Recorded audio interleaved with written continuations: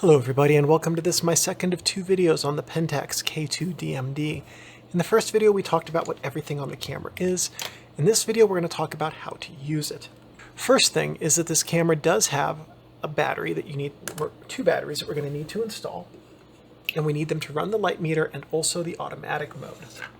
So the Pentax K2 DMD uses two of these LR44 batteries, or generally called 357, that's the generic term for them. It's the numeric designation. S76, A76, AG13, those are all the same size and voltage as the LR44 357, so any of those will work. Now, to install the batteries, we need to open up the battery chamber using a nickel or similarly sized currency. You're not going to be able to see it with the lens I'm using to record this video today, but there is a marker on the battery cap that indicates how you're supposed to load the batteries. There we go. So if you have your battery cap and you look inside of it, you'll see a minus right there. That indicates that the negative terminal goes down. The negative terminal has no printing on it. So when you load your batteries, what you want to do is load them this way, and when they are loaded correctly, you'll hold your battery cap like this, and you can see the text, which I think you can see on the video right there, on the top of the battery, and they're both loaded that way. Now we're just going to slide them into the battery chamber, and this should thread very easily. If it puts up a resistance, you want to back it out and start rethreading it, because you don't want to cross-thread the threads in the raceways. That can chew up your battery chamber really easily. So this should just thread on nice and easily. It did. We're ready to go. And the next thing we're going to do is double check to see if the batteries are good.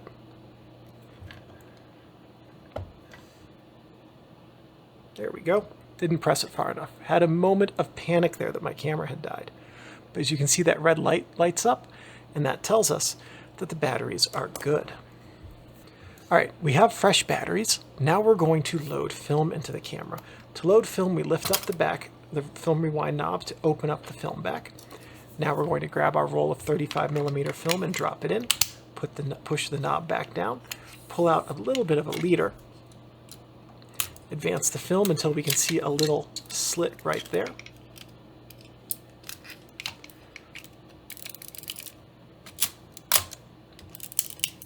There we go. That worked out pretty well for a pleasant change. Okay, so we've taken the film up. You don't need to advance it like 2 or 3 times, just until you're comfortable that it's being taken up. Now we close the film back, just like that. Going to advance 3 times until the frame count in the window gets to 1. There we go. Now we need to adjust the ISO. Oh, first we're going to take any slack out of the film by doing this, just until you feel resistance. That makes sure it's nice and flat in the camera.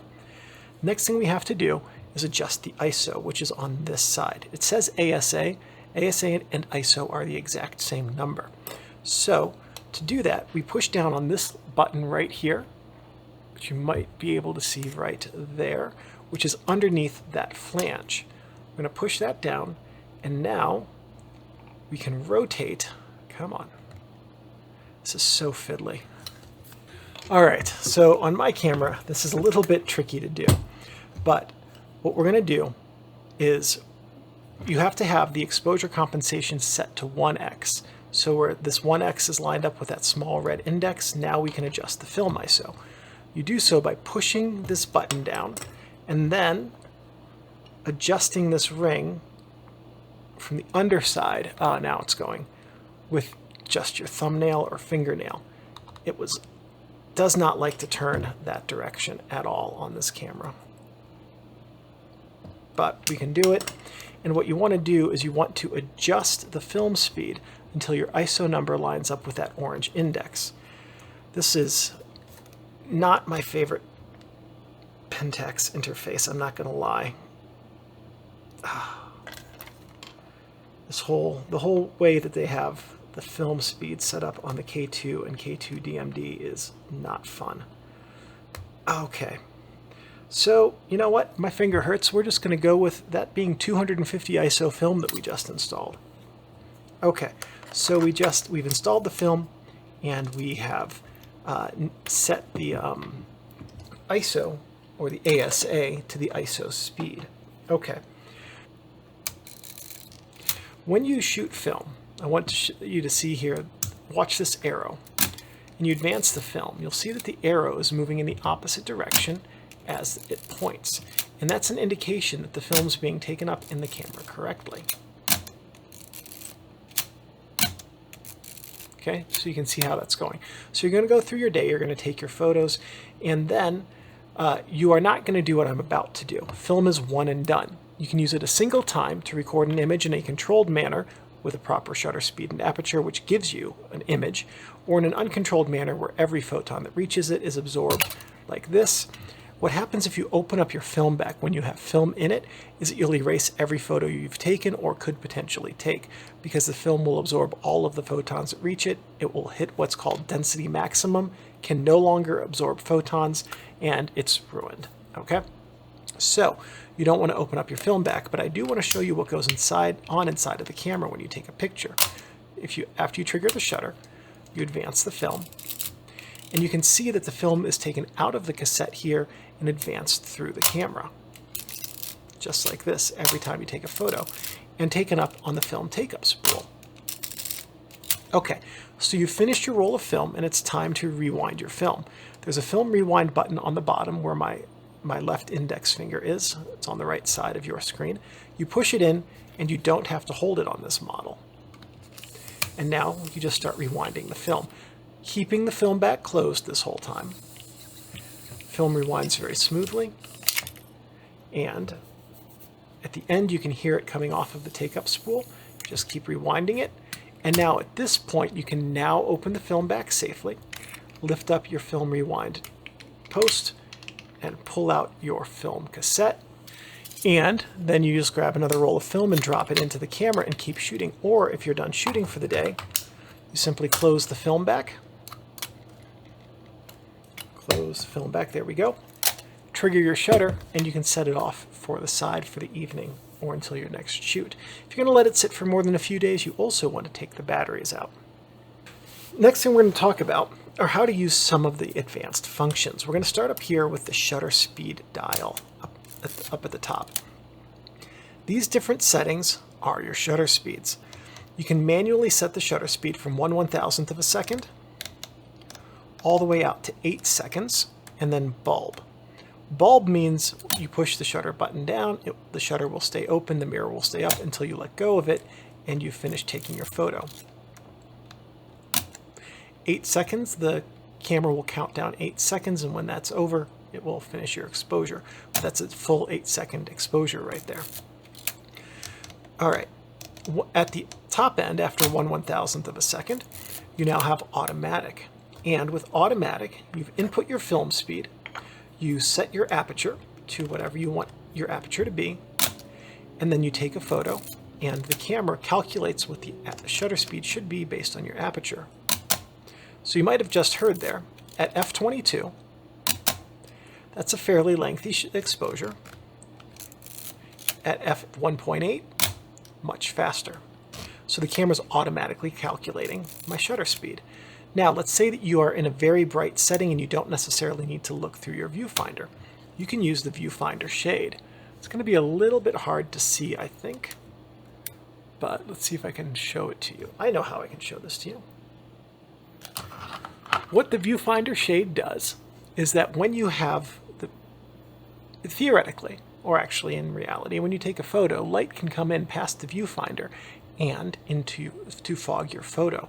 So let's say that you're doing some macro photos where you're going to have 2-minute exposures or something like that, because it's an extreme macro or a microscopy photo, very long exposure times. If you're in a laboratory with bright lights or something like that, then light could creep past your mirror and fog your film, unless you have that shade. So when you switch to auto with the box, that closes a shade in the viewfinder so that you don't get light from your viewfinder fogging your film. The only downside to this camera's design is that the shade can only be used in automatic mode. You cannot use it in with any of the manual shutter speeds. So let's come over to the front of the lens and take a look at what some of these buttons do. Before we do anything else, let's mount and unmount a lens because we might want to change those. So you can mount and unmount a lens at any point when you're not taking a photo, and all you have to do to remove a lens is push down on this button right here, twist it counter or anti-clockwise, and now you can remove it. Now to line up a lens and mount it, orange dot, no coincidence there. Many Pentax lenses have a green or other colored dot right here. Many of them are white. Those line up with the lens release button. So those are your two mounting indices, and you can see I haven't clicked it into place, and that green dot lines up with the lens release button. Rotate it clockwise until it clicks, and the camera has a new lens mounted. Okay, this is a self-timer dial. And it's pretty self-explanatory. When you arm the self-timer, push the shutter button, and the self-timer counts down just like that. Takes a photo at the end, and you're set. I'm going to skip around here just a little bit. Over here is the MLU button. When you raise this button, I think I might have kind of demonstrated it in the first video, the mirror locks up just like that. So this is really good for things like star trails or microscopy, for instance, where you don't want any shake in your image. So you lock the mirror up, and then any mirror shake that could have happened, it doesn't occur in your image. This is also a really good combination with your self-timer, because the self-timer doesn't lock the mirror up ahead of time. But if you lock the mirror up yourself and you have the self-timer, now what you've got is your mirror locked up and your self-timer counting down, so that when your shutter activates, you don't get any shake in your image. Next thing we'll look at is the depth of field preview button right over here. And if you push that down, it shuts the aperture, and you can see approximately what your depth of field is going to be in your image. Next thing we're going to talk about on the front is right over here. This is your exposure compensation dial. There's a little tiny red index. You can't really see it, but right here next to the 1. If you want to have your shutter speed be half the time for half the light, you can cut the amount of light in half, or come on, there we go. Okay. The dials don't like turning when the ISO adjustment button is pressed. Okay, so by default, you're at 1x. 1x means 1 time the correct amount of light or a correct exposure. 2 is twice the amount of light. 4 is 4 times the amount of light. So that's basically 2 is 1 stop over exposure. 4 is 2 stops over exposure. These numbers were used for calculating exposure values, not counting stops. That's why it's 2, 4, and half and quarter. Half is 1 stop underexposed, half the amount of light, and a quarter is 2 stops underexposed, a quarter of the amount of light. Because if your shutter speed is 1/125th of a second, half is 1/250th, and a quarter is 1/500th, because every time you move a stop, you either double or halve the amount of light. 4 is twice as much as 2, a quarter is half as much as 1/2. So that's what those numbers mean. Okay, last thing on the front that we have to talk about is the AEL switch.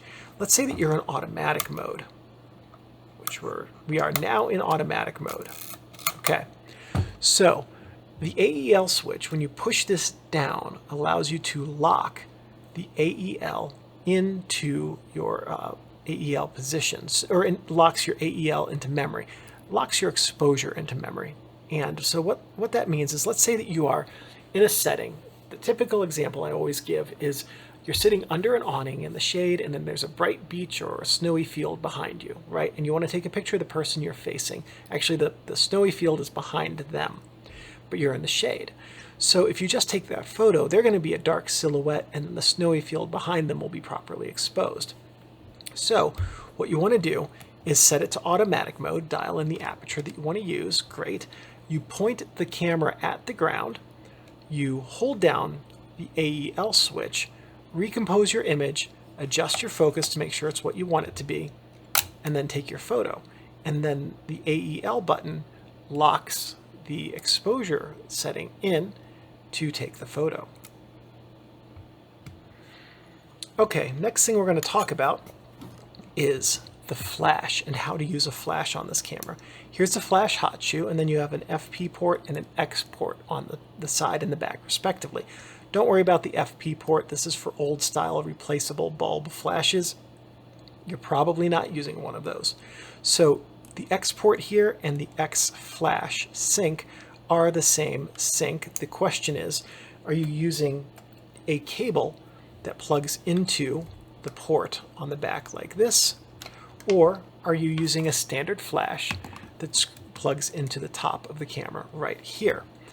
So we're going to talk about some very basic flash technique, but first, the most important thing about the flash is that you have to have the shutter speed set correctly to 1/125th of a second set, or slower.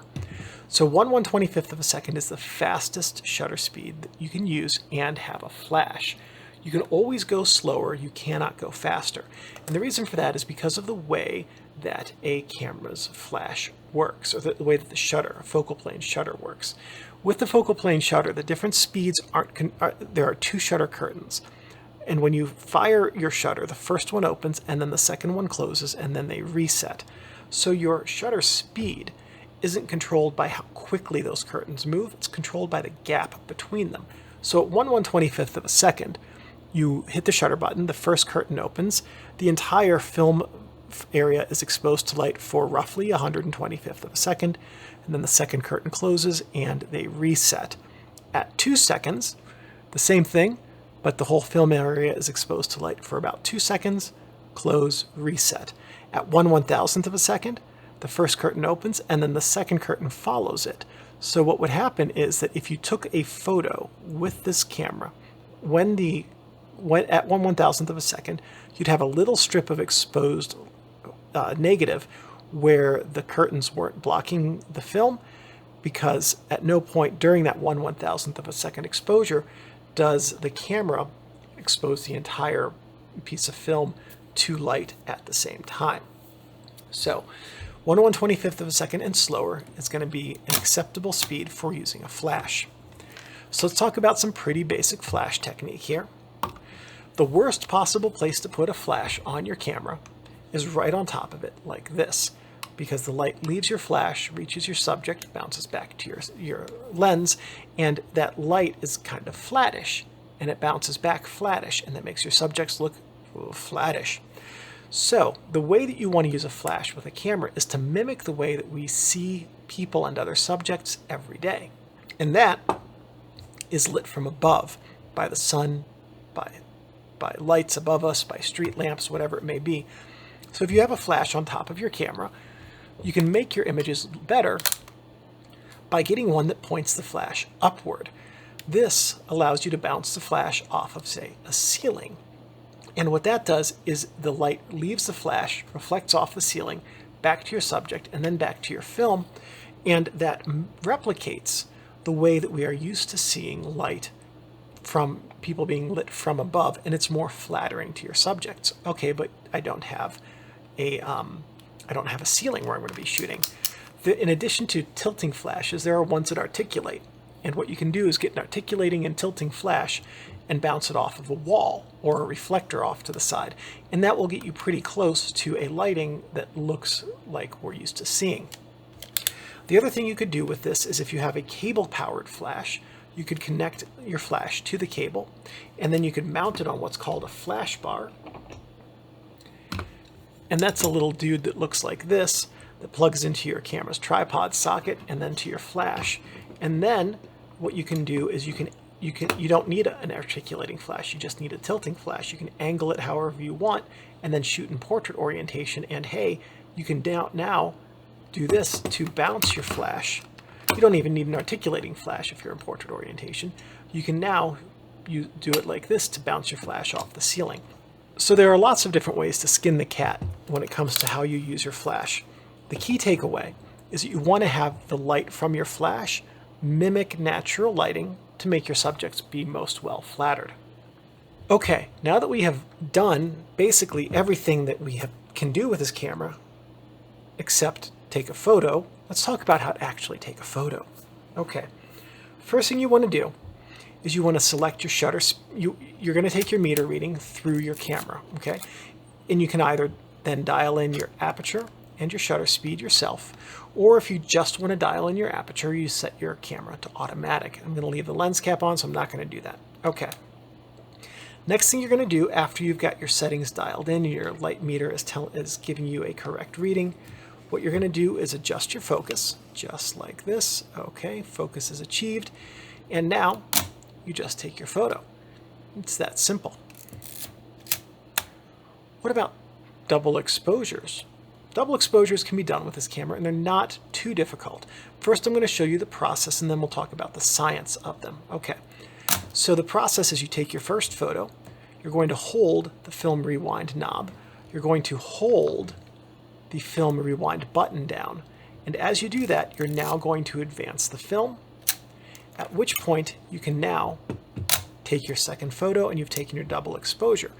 After you take your second photo in your double exposure, you advance the film, you make sure you're in a faster manual shutter speed setting, you put the lens cap back on your lens, and you take a dead frame and you advance it.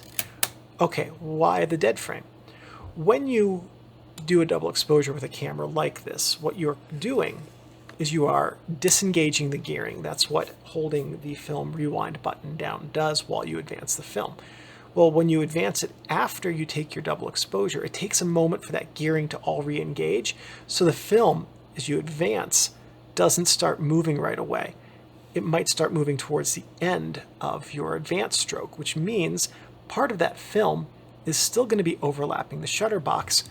If you take another photo right away, it could ruin your double exposure and your next image. So you take a dead frame so that with the lens cap on and a manual shutter speed, to ensure that you have a blank negative space after that double exposure and to allow the double exposure time to move past the shutter window so that you don't ruin it. Okay, so that's great. What's the science behind all of this? Well, the science is that film can record a certain amount of light. What I mean by that is there's a certain number of photons that reach the film for a proper exposure. And if you take this photo and you hit it, let's say 1/125th of a second at f/5.6 is a proper exposure, okay? If you do two exposures on the same piece of negative at a proper exposure, it's going to be too much light. It's going to return a negative that's called dense, dark, or thick. It's three words that mean the same thing. The film has recorded too much light. It is too dark. If you print it in a darkroom, that's going to give you low contrast and long print times. Even longer because you'll need to increase contrast with filters. If you scan it for digital use, you'll end up with digital noise and also longer scanning times. So the digital noise is a significant issue, and also lower contrast in digital is what I meant to say. Anyway, so you don't want to do that. So what you need to do is, for a double exposure, is cut the light reaching your film in half. Okay, so the way that you do that, there's two ways to do that. You can either, if we're going to talk first about manual mode and then automatic. To cut the amount of light in half, what you need to do is reduce either the shutter speed or the aperture. Okay. So we know that our proper exposure is f/5.6 at 1/125th of a second. So let's leave the aperture alone for right now. We're going to adjust the amount of light with the shutter speed. We need to adjust the shutter speed dial manually to, if you said 1/250th of a second, you're correct because these are fractions. Everything faster than a second is a fraction. So 1/250th is half as long as 1/125th, half as much light. Oh, but I need to use a flash for this double exposure, so we're definitely going to need to leave it at 1/125th.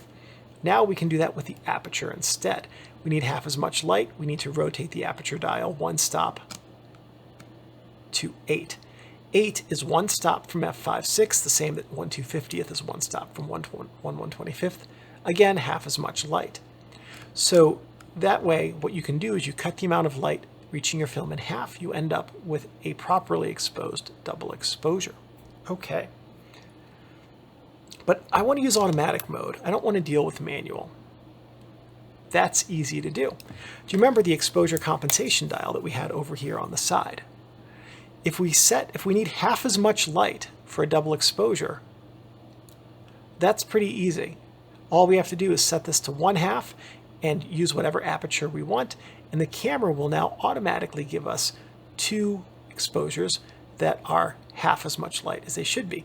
Just remember to turn that back to 1 after you're done with your double exposure, or else all of the rest of your images will be underexposed by a stop. And that is everything about the Pentax K2 DMD V-top-end K-series body made by Pentax. Thank you everybody for watching, and I'll see you in the next camera manual videos.